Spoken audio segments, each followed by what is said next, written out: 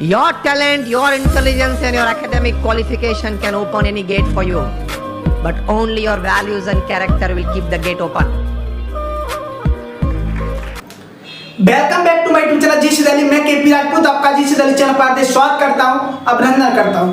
तो आज हम आपको सबसे पहले दीपावली की हार्दिक शुभकामनाएं और उसके बाद हम स्टार्ट करने वाले हैं आपके लिए जो एलजेब्रा चल रहा था हमारा एलजेब्रा का सेकंड क्लास में हम आपको बताएंगे कि एलजेब्रा के अंदर बड़े बड़े क्वेश्चनों में कैसे ट्रिक अप्लाई होते हैं।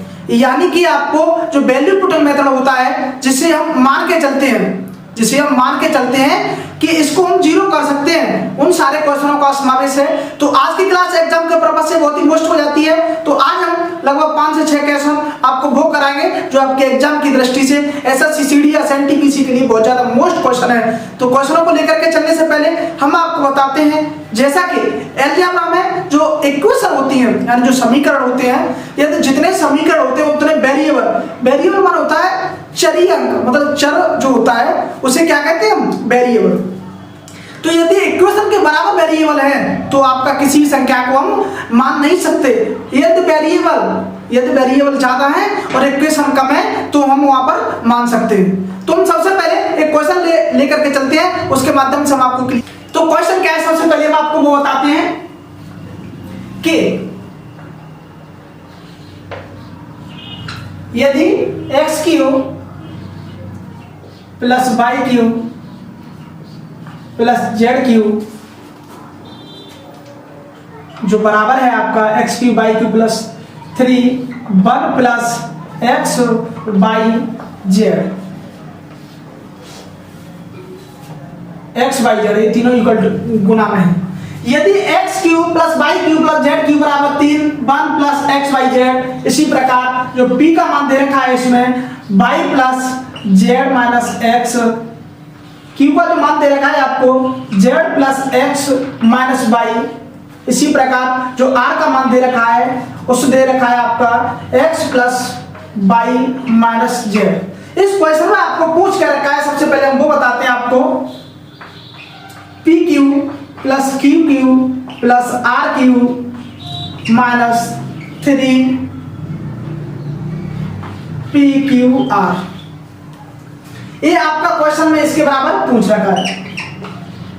आप देख पा रहे होंगे, आपने देखा इस क्वेश्चन को, आपने इतना क्वेश्चन देख करके आपको लग रहा होगा कि आधे तो बच्चों ने क्वेश्चन देख करके छोड़ दिया होगा। जब एग्जाम में 20 से 30 सेकंड का समय मिलता है तो आने से ज्यादा बच्चे इतने बड़े क्वेश्चन को देख करके ही छोड़ देते हैं। लेकिन हम आपको इस तरीके से कराएंगे आज इस क्वेश्चन को कि आप आज के बाद इस प्रकार के क्वेश्चनों को देखते ही शुरू कर पाओगे। तो सबसे पहले हम आपको बताते हैं कि इसमें क्या करना चाहिए। हमने सबसे पहले किया क्या, इसमें y बराबर z बराबर 0 मान लिया, माना y बराबर z बराबर 0 मान लिया हमने यहाँ पर। यदि y बराबर z बराबर 0 है तो हम क्या कह सकते हैं यहाँ से, यदि y बराबर z बराबर 0 है तो जो यहाँ से आपका आएगा एक्स क्यू बराबर 3 आ जाएगा। यहाँ से जब आप इसे सॉल्व करोगे तो यहाँ से एक्स क्यू बराबर 3 हो जाएगा। आप देख पा रहे होंगे अच्छी प्रकार से, एक्स क्यू बराबर 3 हो जाएगा, y बराबर 0 z बराबर 0 और x y बराबर z बराबर 0 रखोगे आप तो यहाँ 3 बचेगा सब और ये तो आपका 0 हो जाएगा। इसी प्रकार y z का मान इसमें रखते हैं तो यहाँ से जो p बराबर निकल के आएगा, जब p बराबर यहाँ से क्या निकलेगा माइनस का x, इसी प्रकार यहाँ से प्लस का x, इसी प्रकार यहाँ से प्लस का x। जब p क्यू r के मानो y बराबर z बराबर 0 रखोगे आप तो p का मान माइनस x आएगा, q का मान x आएगा और r का मान x आएगा। तो अब हम इस वैल्यू को फाइंड करने जा रहे हैं। तो इस वैल्यू को फाइंड करेंगे, देखें यदि p क्यू का मान, यदि p का मान हम रखें माइनस एक्स क्यू हो जाएगा, minus X Q plus x Q minus 3pqr minus 3pqr का मान रखेंगे जब आप तो माइनस x यानी एक माइनस है दोबारा प्लस है तो ये प्लस का क्या हो जाएगा एक्स क्यू, क्योंकि तीनों एक्सों का आपस में गुणा होगा तो ये एक्स क्यू हो जाएगा और ये वाला माइनस इस वाले माइनस को क्या कर देगा प्लस कर देगा। तो जो यहां पर आ जाएगा आपका बराबर क्या होगा, यही निकालना है हमें, इसके बराबर क्या होगा।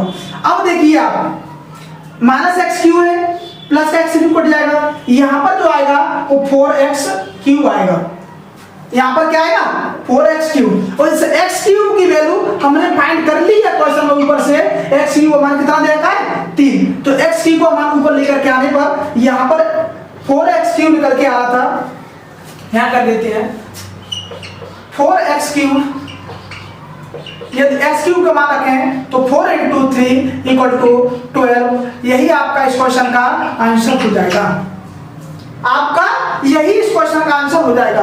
अब सोचने वाली बात इस क्वेश्चन में ये है कि सर आपने y = z = 0 कैसे कर दिया।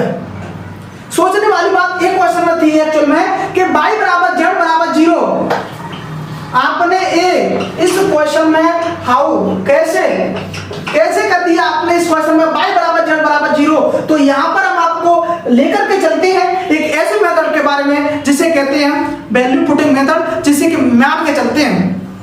अब वो मान के चलते हैं तो हम आपको बता दें इक्वेशन का मतलब होता है, जैसे आपके इस क्वेश्चन में एकमात्र इक्वेशन दे रखी थी एक इक्वेशन है सिर्फ इस क्वेश्चन में, जो कि क्वेश्चन में एक इक्वेशन दे रखी थी x³ + y³ + z³ = 3 1 + x y z। तो यहां से हमें पता चला कि एक इक्वेशन दे रखी है, लेकिन वेरिएबल आपके कितने इस इक्वेशन में x y z। यदि एक इक्वेशन होने पर वेरिएबल एक इक्वेशन से ज्यादा हो तो वहां पर जो दो वेरिएबल दे रखे हैं उनको हम 0 मान सकते हैं क्वेश्चन के अनुसार, लेकिन अपॉन में क्या नहीं होना चाहिए 0। तो अब यहाँ पर एक इक्वेशन होने के कारण हमने दो वेरिएबल को 0 मान दिया। यदि यहाँ पर दो इक्वेशन होती और वेरिएबल 3 होते, यानी वेरिएबल का मतलब होता है चर पद हमने आपको कल बताया था जिस प्रकार से, तो लेकर के चलते हैं। तो सबसे पहले कि हम क्या देखते हैं कि यदि वेरिएबल यदि इक्वेशन आपकी एक है और वेरिएबल आपके एक से ज्यादा हैं, तो एक से ज्यादा जितने भी वेरिएबल हैं उन वेरिएबल को आप 0 कर सकते हो, बशर्ते कुछ क्वेश्चनों को छोड़ करके जिनमें हम आपको बताएंगे। इसी प्रकार यदि इक्वेशन आपकी 2 है और वेरिएबल 2 से ज्यादा है, यानी वेरिएबल यदि 3 है, तो एक वेरिएबल को आप 0 पुट कर सकते हो।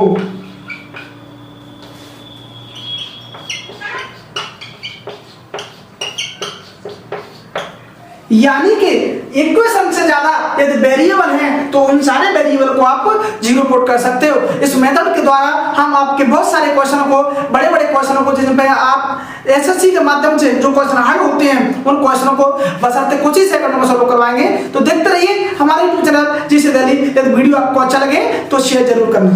तो चलिए आज के क्वेश्चन की तरफ, सेकंड क्वेश्चन आपको बताते हैं। तो सेकंड क्वेश्चन क्या है,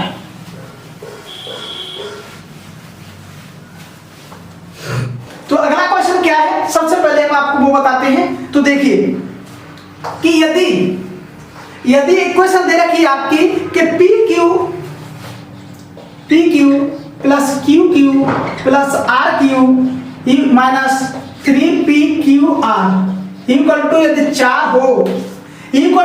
4 हो तो A बराबर, इसमें दे रखा है क्वेश्चन में, A बराबर P + R और आपका B बराबर A बराबर आपका है Q + R और B बराबर जो आपका दे रखा है P + R और जो C बराबर होगा आपका, C बराबर क्या होगा R + P + Q। इस प्रकार से होगा आपका A बराबर Q + R, B बराबर P + R और C बराबर P + Q। अब इस क्वेश्चन में आपको पूछ क्या रखा है, सबसे पहले हम उस पर बात करते हैं कि AQ + BQ + CQ - 3ABC। AQ + BQ + CQ - 3ABC बराबर क्या होगा, ये आपका इस क्वेश्चन में पूछ रखा है। अब हम इस क्वेश्चन को यदि सॉल्व करें तो इसमें हमें क्या दिखता है, यदि हम अब इस क्वेश्चन में हमें क्या करना पड़ेगा, जैसा हमने बताया था कि इस क्वेश्चन में एक इक्वेशन दे रखी है आपको और जो वेरिएबल है आपके P Q R 3 वेरिएबल है, तो हमें यहाँ पर कोई से दो वेरिएबल को आप 0 कर सकते हो। हमें यहाँ पर Q बराबर R बराबर 0 पुट कर देते हैं, Q बराबर R बराबर 0 मान लेते हैं। हम यहाँ पर माना Q बराबर R बराबर 0, तो जो यहाँ पर रह जाएगा वो क्या रह जाएगा कि PQ पी क्यू बराबर यहाँ से क्या आएगा, P Q are Q zero हो जाएगा और ये यहाँ पर भी जीरो पुट करेंगे तो ये जीरो हो जाएगा। जो पी क्यू बराबर निकलेगा वो 4 निकलेगा।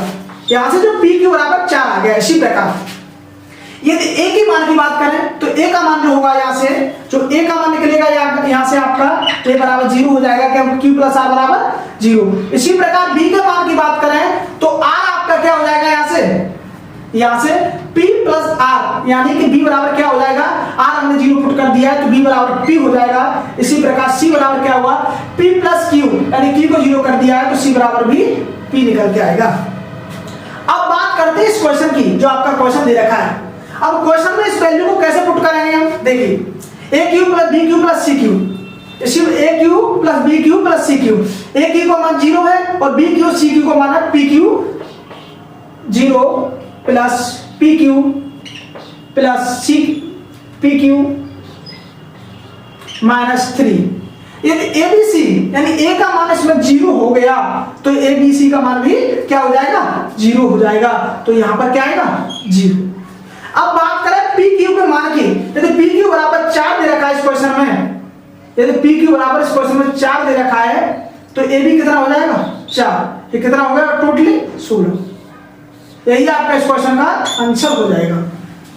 तो चलते हैं अगले क्वेश्चन तरफ, देखते रहिए हमारे यूट्यूब चैनल जी से दिल्ली। यदि वीडियो अच्छा लगे तो शेयर जरूर करना।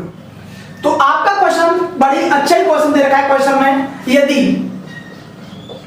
X Y plus Y Z plus Z X बराबर यदि 1 हो तो 1 plus Y square upon 1 plus Y square upon X plus Y plus Z बराबर क्या हुआ। ऑप्शन है आपके क्वेश्चन के हिसाब से 1, सेकंड ऑप्शन है आपका 2 और जो थर्ड ऑप्शन है आपका 3 और जो चौथा ऑप्शन है आपका 4। एक इक्वेशन है आपकी और वेरिएबल कितने हैं, 3। देखते ही आपको कुछ नहीं करना, आपको क्या कर देना था, 2 वेरिएबल को 0। लेकिन आपने देखा यदि इसमें 2 वेरिएबल 0 करते हैं, यदि जैसे जेड एक्स, यदि जेड और एक्स को हम 0 कर दें तो हम निष्कर्ष क्या निकालेंगे यहां से कि बाई जेड बराबर कितना हो जाएगा, 1। लेकिन हमको साथ ही साथ ये भी देखना है कि इक्वेशन में जितने ज्यादा बार कोई यदि ज्यादा बार कोई संख्या आई है, जो चर पद इक्वेशन में ज्यादा बार आया है जो क्वेश्चन में, उसे आपको 0 मानना है। और वही जो इक्वेशन में जो ऑप्शन है आपके ऑप्शन में कम बार आया हो, कहने का मतलब जो आपका जिसे आप 0 मानने जा रहे हो वो आपका क्वेश्चन के अंदर ज्यादा बार आया हो और जो आपके ऑप्शन दे रखे हो उसमें सबसे कम बार आया हो, वही आपको 0 मानना है। तो हमने देखा यहाँ पर आपको क्या ज्यादा हो रहा है, बाई का ज्यादा ही हो रहा है, तो यहाँ बाई बराबर आपने क्या मान लिया है, 0। जैसे ही आपने बाई बराबर 0 माना तो यहाँ पर ए बाई 0 हो गया, ये भी बाई 0 हो गया, या जेड एक्स बराबर 1 आ जाएगा। तो हम यहाँ से कह सकते हैं जेड बराबर 1 और एक्स बराबर भी 1। ये आपकी पॉसिबिलिटी है कि जेड बराबर 1 हो जाएगा और एक्स बराबर 1 हो जाएगा। तो यहाँ से जब जेड बराबर 1 हो गया और एक्स बराबर 1 हो गया तो यहाँ पर क्या आएगा, देखिए 1 प्लस 0, क्वेश्चन सॉल्व कर रहे हैं हम, 1 प्लस 0 अपॉन एक्स का मान क्या है 1 और जब वाई का मान है 0, 1 प्लस 0 इंटू, तो वाई का मान कितना हो गया 0 प्लस 1, यानी 1 नीचे 1 ही हो गया, 1 प्लस 0 1 और 0 प्लस 1 1 का 1 मल्टीप्लाई करोगे 1 आएगा और 1 में 1 का भाग दोगे तो 1 आएगा आपका। यही इस क्वेश्चन का आंसर हो जाएगा, यानी आपके क्वेश्चन का आंसर 1 हो गया।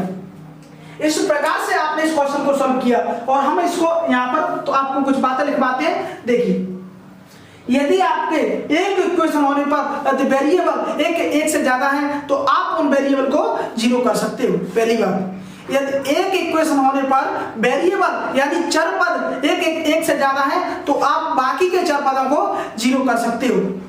लेकिन आपको यहाँ पर ध्यान देना पड़ेगा कि यदि अपॉन में कोई संख्या आ रही है तो उसे आपको 0, यदि नीचे 0 आ रहा है तो आप सिर्फ एक ही वेरिएबल को 0 कर पाएंगे, जिससे कि ज्यादा 0 ना बने। यानी आप अपॉन में 0 नहीं ला सकते वेरिएबल को 0 करके। अब दूसरी बात ये है देखने वाली, दूसरी बात जैसे कि हमने आपको बताई कि जब आपका कोई भी जब आप 0 करने जा रहे हो तो आप आपकी जो इक्वेशन में जो अंक, जो चरपद आपका ज्यादा बार आया हो उसे जीरो करना है। जो आपका इक्वेशन में चरपद ज्यादा बार आया हो उसे जीरो करना है, और ऑप्शन में वही चर कम पद यूज किया गया हो, वही चरपद कम यूज किया गया हो उसको आपको जीरो करना है। यानी कहने का मतलब ओवरऑल ये हुआ कि आपका इसमें ज्यादा बार आना चाहिए और इसमें ऑप्शन में कम बार आना चाहिए। तो आप इसे नोट करके लिख लीजिए और अगले क्वेश्चन की तरफ चलते हैं। देखते रहिए हमारे यूट्यूब चैनल जी से। वीडियो अच्छा लगे तो शेयर जरूर करना। तो इसी माध्यम से हम आपको एक और बेहतरीन क्वेश्चन लेकर के आए हैं आपके लिए। तो उस क्वेश्चन को देखिए आप, बहुत ही अच्छा क्वेश्चन है और इस प्रकार के क्वेश्चन आपके सीजीएल मेंस और सीडीएस के लिए बहुत ही ज्यादा मोस्ट होते हैं। और पिछली बार आपका रेलवे में भी ये क्वेश्चन आ चुका है। तो क्वेश्चन क्या है, सबसे पहले हम आपको वो समझाने की कोशिश करते हैं। क्वेश्चन में एक्चुअली में दे रखा है कि यदि a plus B plus C equal to 0 हो, a plus B plus C equal to 0 हो, then a square minus B C plus B square minus A C plus C square minus A B बराबर क्या होगा। ये आपका question में दे रखा है और इसको पूछ रखा है। आपने देखा कि आपके जो क्वेश्चन है उसमें इक्वेशन कितनी है, एक ही इक्वेशन है, और जो वेरिएबल है आपके 3 वेरिएबल है। यानी कि हम कह सकते हैं यहां से कि एक 2 वेरिएबल को हम जीरो मान सकते हैं। लेकिन आप यहां पर देख पा रहे होंगे यदि आपने 2 वेरिएबल को जीरो कर दिया तो तीसरा वेरिएबल अपने आप क्या हो जाएगा, जीरो। लेकिन एक पॉसिबिलिटी है कि तीनों वेरिएबल जीरो हो, लेकिन हमें यहां पर ऑप्शन में क्या दे रखा है, 1 सेकंड 2, जो थर्ड ऑप्शन है आपका 3, जो चौथा ऑप्शन है आपका 4। यानी यदि आपने 2 वेरिएबल को जीरो कर दिया तो तीसरा वेरिएबल अपने आप जीरो हो जाएगा, और तीसरा वेरिएबल जीरो होते ही आपका इस क्वेश्चन का आंसर सिर्फ और सिर्फ क्या आएगा, जीरो। तो अब हमें क्या करना है कि हम 2 वेरिएबल जीरो ना करके एक वेरिएबल को जीरो करते हैं। सी बराबर 0 मान लिया हमने। ये अलजेब्रा है आपका एडवांस मैथ। आपके एग्जाम की दृष्टि से जो सीजीएल और सीडीएस की दृष्टि से बहुत ही मोस्ट होता है। यानी कि आप कह सकते हो कि एडवांस मैथ हार्ड होता है बड़े बड़े एग्जामों के लिए। तो इसलिए हम आपको जो तरीका बता रहे हैं शायद ही आपको यूट्यूब पर कहीं मिले, इसलिए इसमें थोड़ा बहुत कठिनाई होती है। तो आप हमें कमेंट सेक्शन में जरूर बताएं जिससे हम इंप्रूव करने की कोशिश करें। तो यहां से यदि सी बराबर हमने 0 मान लिया इस क्वेश्चन में, शायद ही मैं आपका 10 से 15 सेकंड का समय ले रहा हूं, यदि कोई भी क्वेश्चन आपका 10 से 15 सेकंड से ज्यादा समय नहीं लेगा। तो यदि सी बराबर हमने 0 मान लिया तो हम यहां से कह सकते हैं कि a प्लस बी बराबर 0 हो जाएगा। यानी जैसे जब आपने सी बराबर 0 रखा तो यहां पर a प्लस बी बराबर 0 हो जाएगा। आपने सी का मान यहां पुट कीजिए तो a square upon a square, क्योंकि माइनस बी सी है तो ये क्या हो जाएगा 0, तो a square plus upon a square, b square upon b square, क्योंकि ए भी क्या हो जाएगा 0। उसी प्रकार सी स्क्वायर ऊपर है तो जैसे आप 0 में किसी भी संख्या का भाग दोगे तो वो क्या हो जाएगा 0। तो ए स्क्वायर से स्क्वायर कट जाएगा, बी स्क्वायर से बी स्क्वायर कट जाएगा, तो यहाँ पर 1 प्लस 1 यही आपका 2 आपका इस क्वेश्चन का आंसर होगा। अब आप कह रहे होंगे कि सर इसका क्या यूज है, इसमें जो इक्वेशन दे रखी है आपको a plus B plus C equal to 0, इससे हमको यहाँ ये पता चला कि एक इक्वेशन दे रखी है और आप यहाँ पर 2 वेरिएबल को 0 कर सकते हो। लेकिन क्वेश्चन में 0 ना होने के कारण हम आप यहाँ पर सिर्फ और सिर्फ एक ही वेरिएबल को 0 कर पा रहे हैं। तो यहाँ से हमने इस आंसर को निकाला 2। इसी प्रकार का एक और क्वेश्चन आज की क्लास का जो लास्ट क्वेश्चन है लेकर के चलते हैं। यदि वीडियो वास्तव में अच्छा लगे आपको तो शेयर जरूर करना। तो चलिए देखिए,